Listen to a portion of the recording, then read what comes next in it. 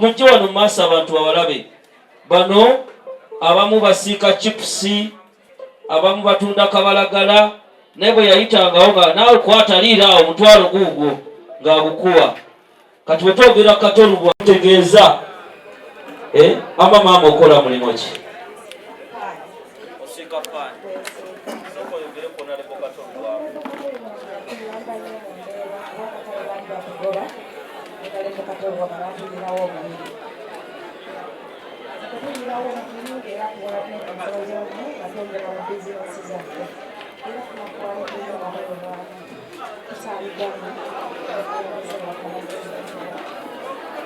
basina abakulu kwogera maama jangu wano maaso mumulabye azze nga bw'abadde bw'awulidde nti Kato Lubwama yakoze eki yafudde maama weyogere ku gwani era kiki omanyi kwona leko Kato Lubwama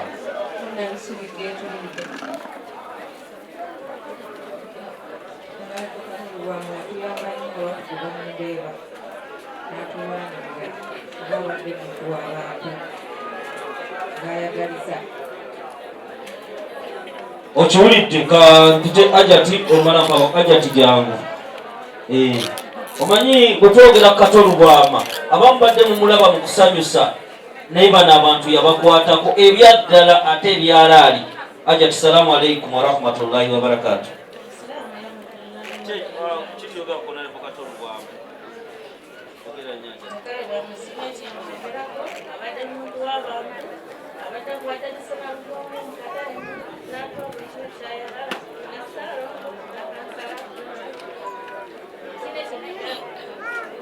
nga sinaaba mu Ndeeba kati ate ono yabirabidde ku TV kababuulire gyavudde ajati jangu kababuulire gyavudde ono yabirabidde ku TV n'azirika n'okuzirika.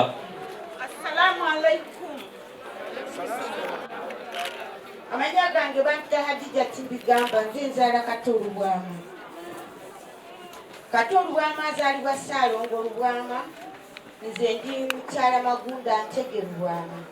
Bazaalibwa bakka Basebaggala bannannozi baani bampanga balubwama azembagala nasanga Ssaalongo Lubwama nga wa myaka 5 mama we yabazaala abaana 3 nafa nze nakuza abaana abo amanya gange banta Hadija Tibigamba nfuddeko abalole potro bugusi omwana wange afiire mundeke doze ekyo mukiwulidde basebo ne banyabo ndowooza kubanga waliwo puroguramu gye tugendako maaso awo ngenda kubasaba mu dakiika nga ntono nnyo dakiika emu naye n'abamala obambawe nga omukulu ajja tumaliriza kuba deputy speaker anatera okututuukako emboozi yammwe ennene mbadde mbasaba ssentebe kweyanjula bweyanjuzi kuba waliwo kigenda mu maaso kweyanjula bweyanjuzi tujja bbawa maaso awo tumufaayo basaba ne banyabo balamusizza amannya Ssaalongo Kizito Katagirye Mamba ssentebe w'abasuubuzi bano abavudde mu Ndeeba nze muntu yekka eyasoose okukola ku TV nga nasoma mugigi gwokka mugigi gwe nasoma naye nali nkola ku B24 eya Kato Lubwama mu puroguramu gye bayitanga mu takisa ku Sande essaawa 3 ez'ekiro nze nzekka mu Uganda eyasoose okukola ku TV nga nasoma busomi mugigi naye ekyo nakikola olw'okubanga mukulu Kato Lubwama eyali atukulembedde n'olwekyo ffe tetulina kyetwogera ku Kato Lubwama bingi bye tulina kubanga ffe be yasooka okuwa bodaboda tewaliwo mubaka mu Uganda yenna eyafaananye Kato Lubwama kove ku boda okutuuka ku boda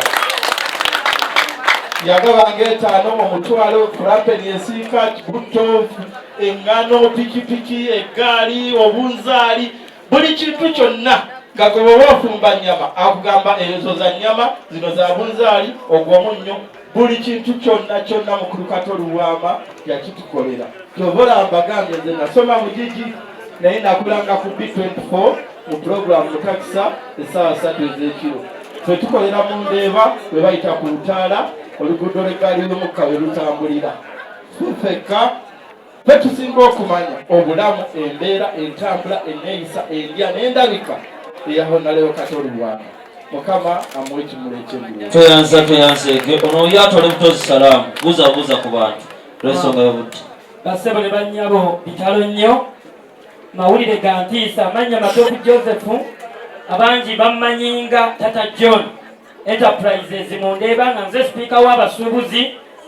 Era bassebo ne bannyabo tuyina ennyiike omulimu Honorable gwakoze okuva yajja mu Parliament mu Ndeeba baali batugoba, naye kibi nnyo okubeera nti yalwana okulaba nti abasuubuzi abo tebagobebwa. Era weetuli wabaddewo emisango gyawanguddwa, kati obudde buno gavumenti egenda tugulira katale, naye maanyi ga Hon Kato Lubwama. Era awo we yasinziira mu Solida okugenda mu Parliament n'agamba mu constituency yonna amakanda ngenda gasimbaawo, naye kusaalirwa kwa maanyi. Ebirungi bingi bye tumuyigiddeko, kubanga abadde ayagaliza, si abadde nti ali awo nti alina nnyo kwekana nga buli omu amweweekako, buli omu amugabanako, buli omu amugabanako, n'afuuka abayogerwako mu Bayibuli baali bafa enjala, gwali mugaati gumu, abantu bonna n'abagabira. Tabadde wa constituency wabula ya Uganda yonna. N'olw'ensonga eyo tumusaaliddwa nnyo, era tukyagenda mu maaso n'okubeera nga tugenda kubeera wano paka, kubanga ffe abasuubuzi abakolera mu katale omunyi ne bannamwandu abamu baabaleka balina abaana, singa si bakulembeze abo kesisinga eyoola ne bagamba weeraga loodi awo ku butaala, abo mubeesonyiwe. Era tulina essanyu lingi wadde Hon baavuddewo, abakulembeze abali wano mulwane okulaba nga abasuubuzi abo tufuna akatale. Ebyo bye bimu ku bitonotono bassebo ne bannyabo. Abantu bano tubawe engalo, mwebale nnyo, mwebale eddala, era mwebale kwagala Hon Kato Lubwama. Ate ensonga yammwe ey'akatale abakulembeze abali wano ngenda kubeera ngibajjukiza, tulabe nga omukulu kye yatandikako kinaaba kiwe. 88.8 CBS FM.